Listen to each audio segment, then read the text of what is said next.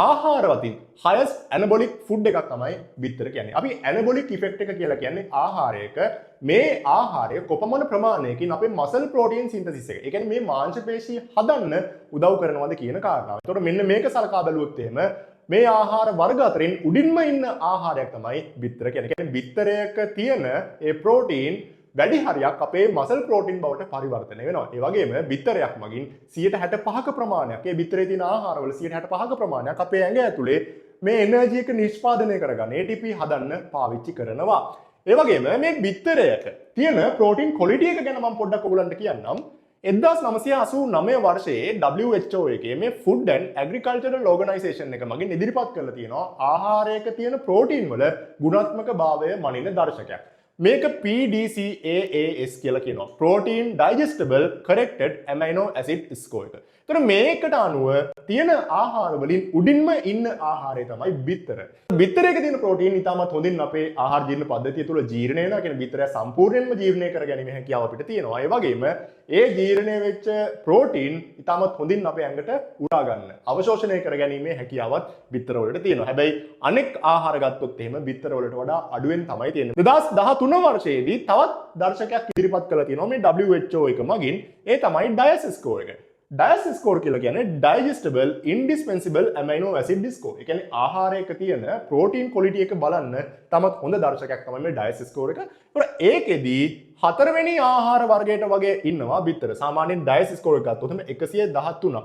high quality protein තමයි මේ බිත්තර වල තියෙන්නේ. බිත්තර ඔබ කාය වර්ධනය කරන ක්‍රීඩකයෙක් නම් අනිවාර්යයෙන්ම ඔබේ ආහාර වේලට අන්තර්ගත විය යුතුමයි. ඉතින් මෙන්න මේ හේතුව නිසා තමයි මම මගේ ප්‍රෝටීන් ගෝල් එක හදාගන්න පාවිච්චි කරන ප්‍රධානම ආහාරය බිත්තර වෙන්නේ. ඒ වගේම දැන් මම ඔයගලන්ට කියන්නම් මේ බිත්තර 4ක් ගන්නකොට දවසකට මට මොනවද ලැබෙන්නේ කියලා.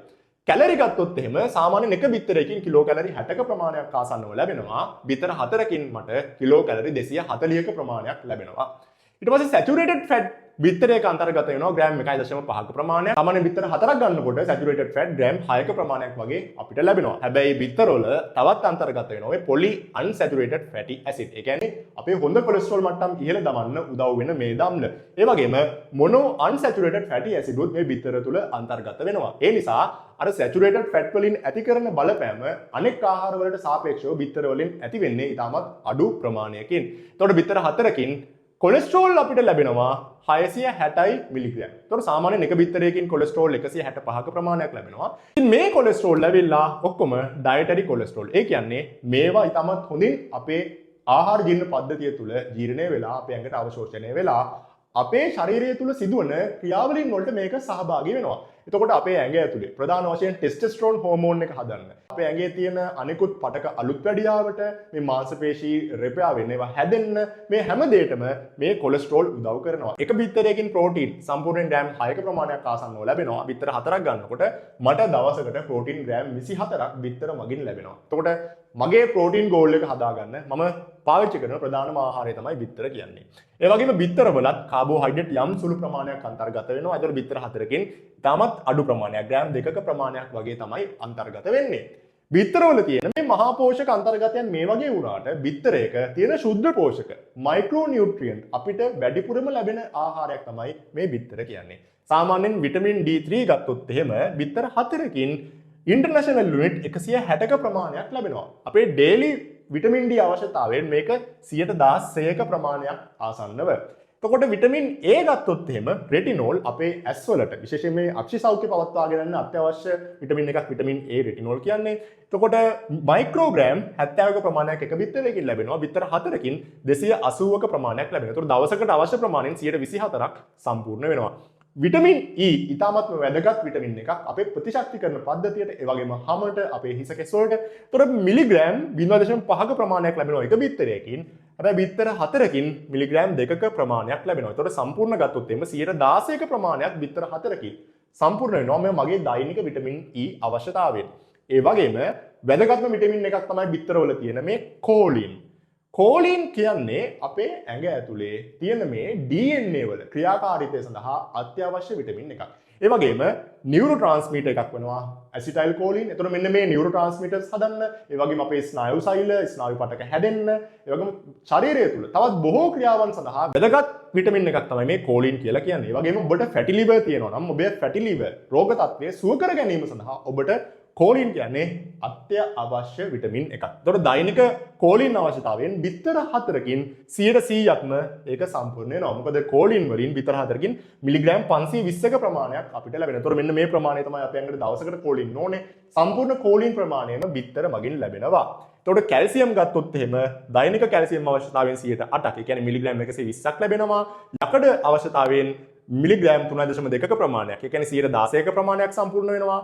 අයඩින් අවශ්‍යතාවයෙන් මයික්‍රෝග්‍රෑම් 24ක ප්‍රමාණයක්. ඒ කියන්නේ 60ක් සම්පූර්ණ වෙනවා. ඒතකොට අයඩින් අත්‍යවශ්‍ය ඛනිජ ලවණයක් විශේෂයෙන් අපේ තයිරොයිඩ් ග්‍රන්ථියේ ක්‍රියාකාරීත්වය සඳහා. ඒතකොට දෛනික අයඩින් අවශ්‍යතාවයත් එමගින් බොහෝ විට සම්පූර්ණ වෙනවා. සින්ක් කියන්නේ අපේ ඇඟ ඇතුලේ එන්සයිම ක්‍රියාව සඳහා අත්‍යවශ්‍ය ඛනිජ ලවණයක්. ඒතකොට අපේ දෛනික සින්ක් අවශ්‍යතාවයෙන් 32ක් බිත්තර 4ක් මගින් සම්පූර්ණ වෙනවා. ඒ වගේම පොස්පරස් ගත්තොත් එම අපේ අස්ථි ක්‍රියාකාරීත්වය සඳහා අත්‍යවශ්‍ය ඛනිජ ලවණයක් පොස්පරස් කියන්නේ දෛනික පොස්පරස් අවශ්‍යතාවයෙන් 32ක් සම්පූර්ණ වෙනවා. ඒතකොට අපේ ඇඟ ඇතුලේ විවිධ ප්‍රතික්‍රියා රාශියක් සිදු වෙනවා. මේ බොහොමයක් ප්‍රතික්‍රියා සඳහා එන්සයිම සහභාගී වෙනවා. ඒතකොට මේ එන්සයිම වල ක්‍රියාකාරීත්වය උත්තේජනය කිරීමට එම එන්සයිම වල ක්‍රියාකාරීත්වය පවත්වාගෙන යාම සඳහා අත්‍යවශ්‍ය ඛනිජ ලවණයක් තමයි මේ සෙලීනියම් කියන්නේ. එතකොට සෙලීනියම් දෛනික අවශ්‍යතාවයෙන් 100%ක්ම බිත්තර 4ක් මගින් සම්පූර්ණ වෙනවා. ඒ වගේම බිත්තර මගින් අපිට ඉතාමත් හොඳින් විටමින් B වැඩි ප්‍රමාණයක් ලැබෙනවා. විටමින් B2 එවත් රයිබෝෆ්ලවින් ලැබෙනවා 60ක ප්‍රමාණයක් දෛනික අවශ්‍යතාවයෙන්. එතකොට B3 නියසින් ලැබෙනවා B5.2ක ප්‍රමාණයක්. කියන්නේ දෛනික අවශ්‍යතාවයෙන් 32ක් ලැබෙනවා. පෙන්ටතොනික් ඇසිඩ් 2.8ක ප්‍රමාණයක් මිලිග්‍රෑම් ලැබෙනවා. දෛනික අවශ්‍යතාවයෙන් 60ක් ලැබෙනවා. ඒ වගේම මේ බයෝටින් කියන විටමින් එක අත්‍යවශ්‍ය විටමින් එකක්. විශේෂයෙන්ම අපේ සම, ඒ වගේම නියපොතු, අපේ ප්‍රතිශක්තිකරණ පද්ධතිය, අපේ හිසකෙස් මේ හැම දෙයකටම බයෝටින් උපකාරී වෙනවා. ඒතර මේ අවශ්‍යතාවයෙන් 120ක්. ඒ කියන්නේ සම්පූර්ණ ප්‍රමාණයටත් වඩා සම්පූර්ණ වෙනවා බිත්තර 4ක් මගින්. ඒ වගේම පිරිඩොක්සින්, ඒ කියන්නේ විටමින් B6 වලින් 124ක ප්‍රමාණයක් ලැබෙනවා.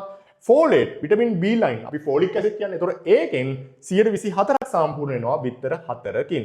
ඒ වගේම බිත්තර වල විටමින් K2 තියෙනවා. මොකද මේ අපේ ආහාර වලින් ආපු මේ කැල්සියම් සහ ෆොස්ෆරස් අපේ අස්ථි වලට ගමන් කරවන්න අවශ්‍ය විටමින් එකක් තමයි විටමින් K2 කියන්නේ. බිත්තර වලින් විටමින් K2 ලැබෙනවා.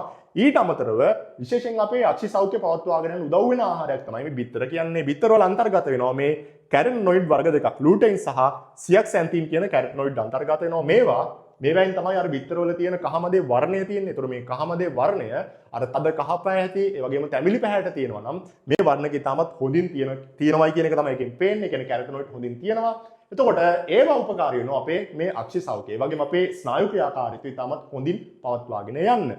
ඉතින් ඔන්න ඔය දේවල් තමයි බිත්තර මගින් අපිට ලැබෙන්නේ. එතකොට ඕගොල්ලන්ට මට කියන්න දෙන දේ තමයි ඔබ කාය වර්ධනය කරන නිරෝගී පුද්ගලයෙක් නම් ඔබට කිසිම ප්‍රශ්නයක් නැතුව බිත්තර 4ක ප්‍රමාණයක් දවසකට ගන්න පුළුවන්.